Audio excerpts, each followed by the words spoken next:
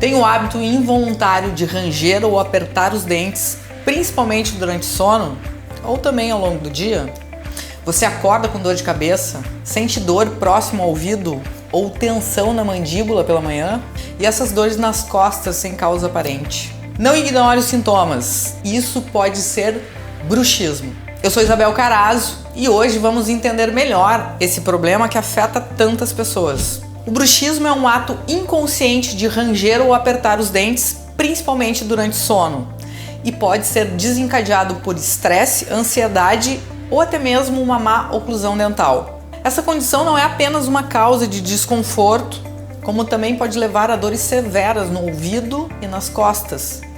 Também desgastes significativos nos dentes e, em casos graves, até fratura dentária. Agora, a boa notícia é que o bruxismo pode ser tratado. Mas então, como tratar o bruxismo?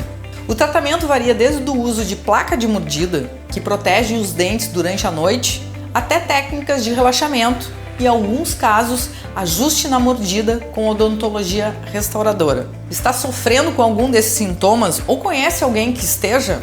Não deixe de procurar ajuda profissional. Diga aqui nos comentários se você já sabia que essas dores poderiam ser causadas pelo bruxismo. Quer saber mais sobre como proteger a sua saúde bucal?